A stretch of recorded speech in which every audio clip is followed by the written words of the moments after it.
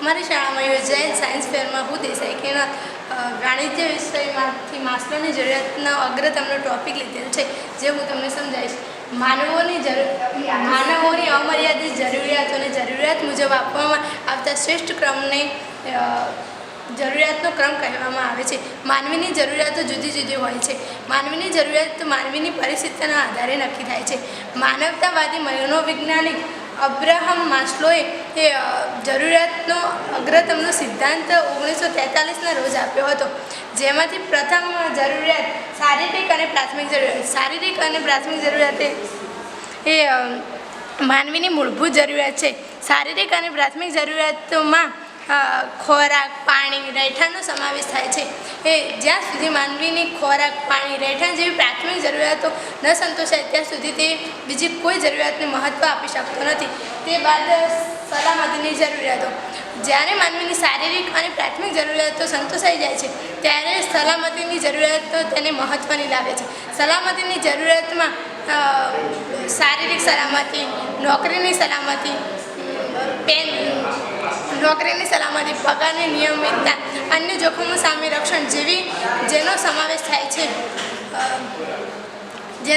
થાય છે, જેના માટે વ્યક્તિ બચત કરવી, પેન્શન વગેરે જેવા કાર્યો કરે છે.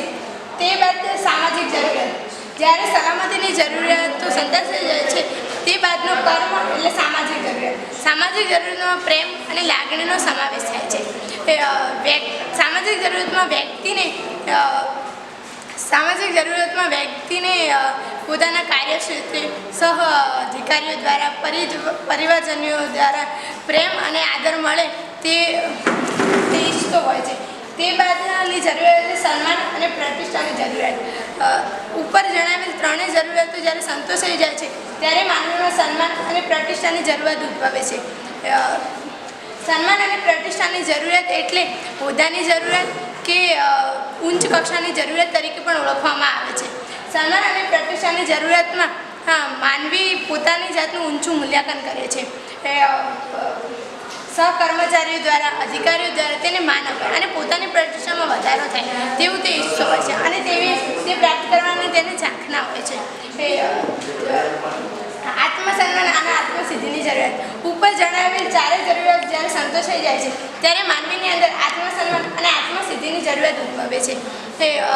દરેક વ્યક્તિ પોતાની જાતને સિદ્ધિના શિખરો સર કરી ટોચ પર બિરાજવા ઈચ્છતો હોય છે. પોતાનું નામ પોતાના કાર્યક્ષેત્રમાં ગર્વથી લેવાય અને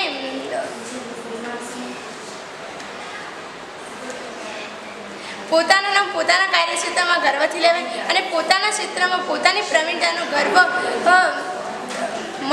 ગર્વથી ગવાય તેવું તે ઈચ્છતો હોય છે. દાખલા તરીકે ફિલ્મ ક્ષેત્રમાં અમિતાભ બચ્ચન, ક્રિકેટ ક્ષેત્રમાં સચિન તેંડુલકર વગેરે.